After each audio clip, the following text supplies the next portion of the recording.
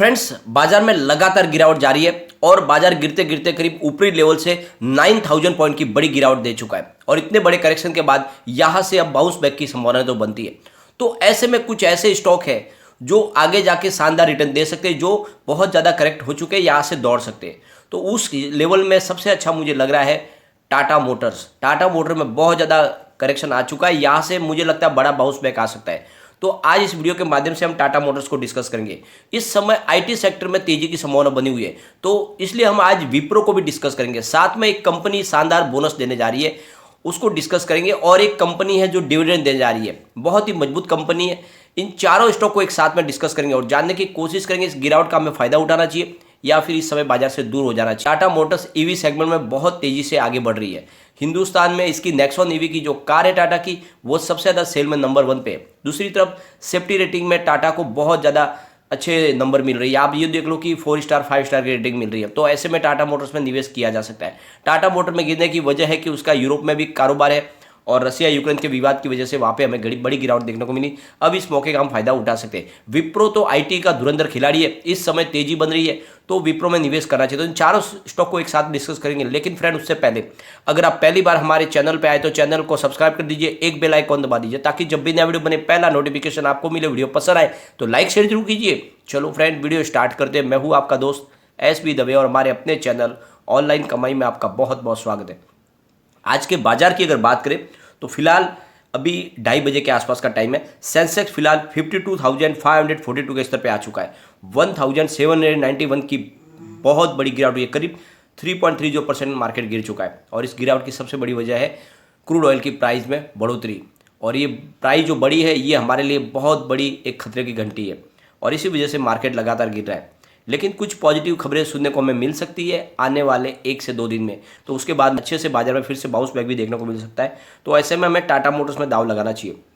आज टाटा मोटर में बहुत ज़्यादा गिरावट हुई है। फिलहाल स्टॉक 390 पे आ चुका है, जहाँ पे 6.35% की बड़ी गिरावट देखने को मिली है और ये लेवल मुझे काफ़ी अट्रैक्टिव लग रहा है।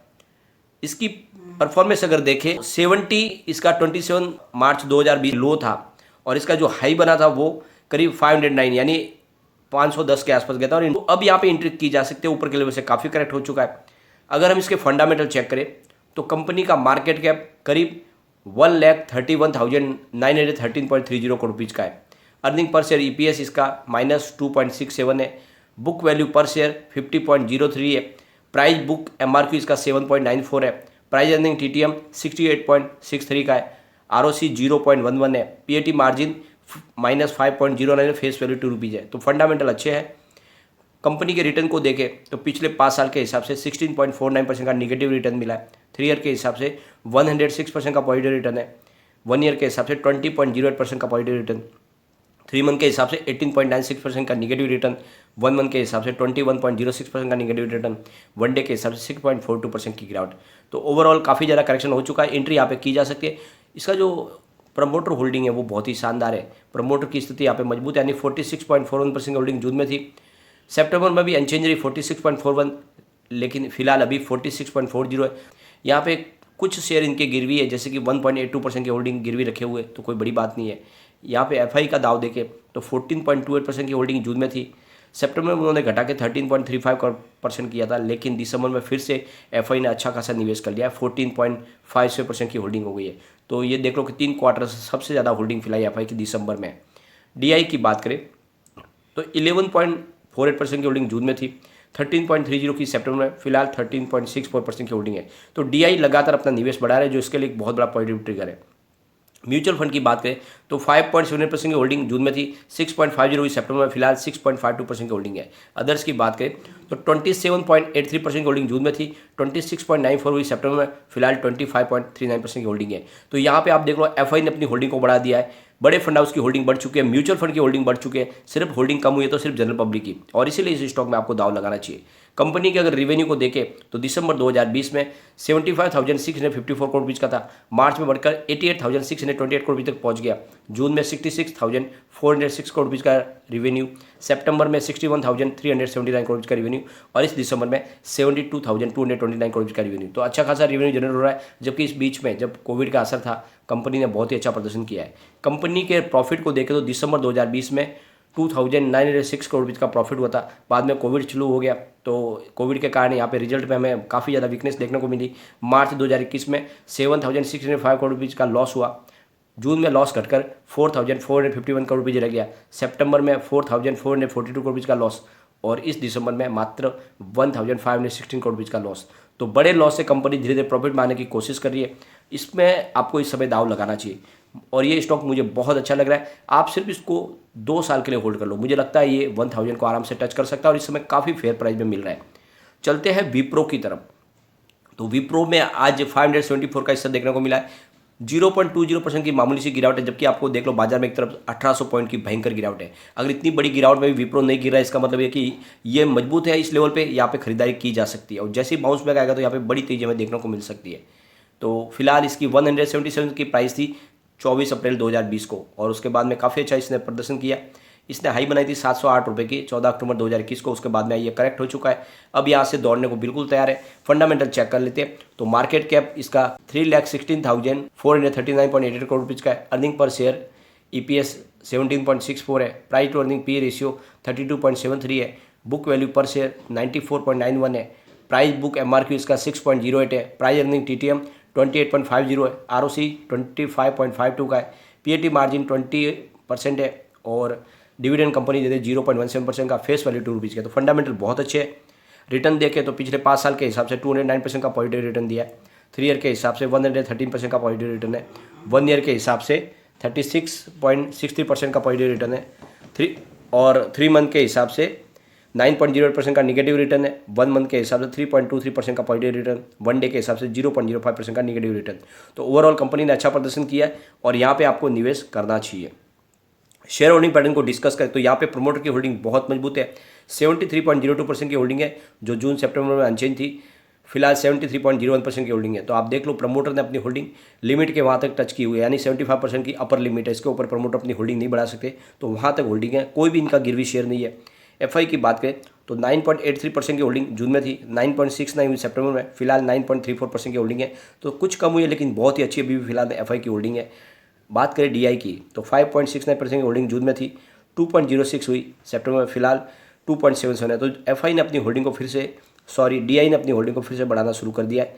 म्यूचुअल फंड की बात कर लेते हैं तो 1.90% की होल्डिंग जून में थी, 1.94 हुई सितंबर में। फिलहाल 2.65% की होल्डिंग है। तो म्यूचुअल फंड लगातार अपनी होल्डिंग को बढ़ा रहे। अदर्स की बात करें तो 11.46% की होल्डिंग जून में थी, 15.23 हुई सितंबर में। फिलहाल 14.88% की होल्डिंग है। तो यहाँ पे जनरल पब्लिक की होल्डिंग घटी है, लेकिन म्यूचुअल फंड ने अच्छा खासा अपना निवेश बढ़ा दिया है।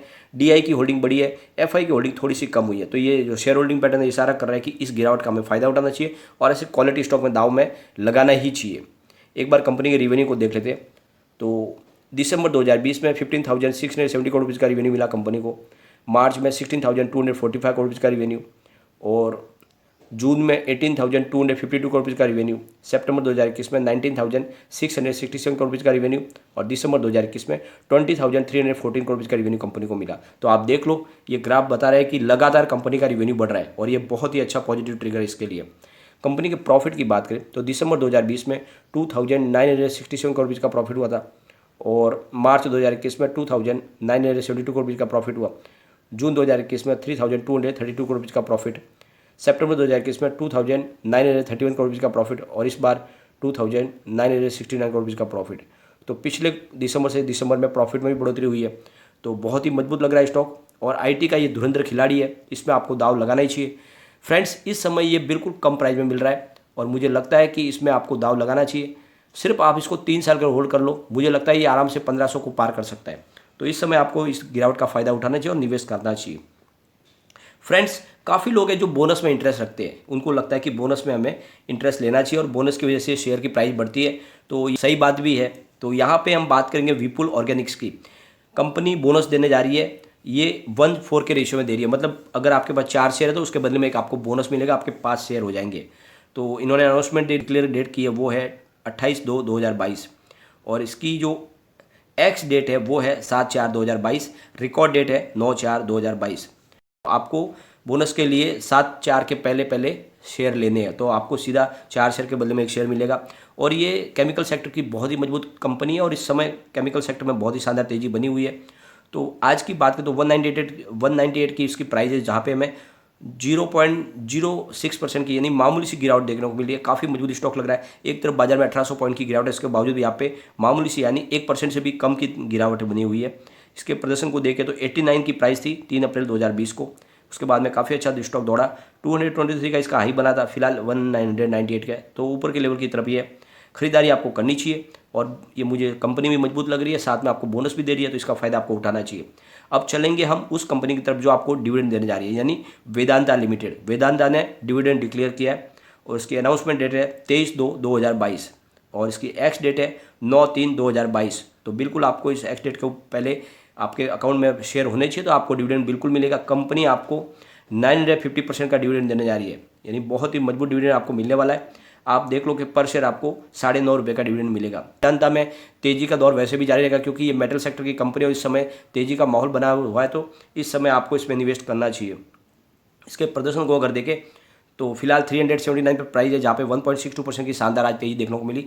एक तरफ बाजार में 1800 पॉइंट की गिरावट है, उसके बावजूद भी यहाँ पे 1.5% के ऊपर तेजी है, तो ये बहुत ही बड़ी मजबूती दिखा रही है। इसकी 63 की इसकी प्राइस थी 27 मार्च 2020 को, तो काफ़ी नीचे स्टॉक था और ये हाई बना चुका 395 का, फिलहाल ये 380 पे, तो ऊपर के लेवल की तरफ ही है। इसमें आपको दाव लगाना चाहिए, आपको डिविडेंड भी मिलेगा, साथ में बहुत ही मजबूत कंपनी है, तो आप अपने हिसाब से निर्णय ले सकते हैं। लेकिन फ्रेंड, कोई भी इन्वेस्टमेंट करने से पहले अपने फाइनेंशियल एडवाइस से एक बार एडवाइस ले ले या अपना खुद का रिसर्च करें, क्योंकि मैंने वीडियो आपके एजुकेशनल पर्पज़ के लिए ही बनाया। वीडियो पसंद आए तो लाइक शेयर जरूर कीजिए और चैनल को सब्सक्राइब कर दीजिए। Thank you friend.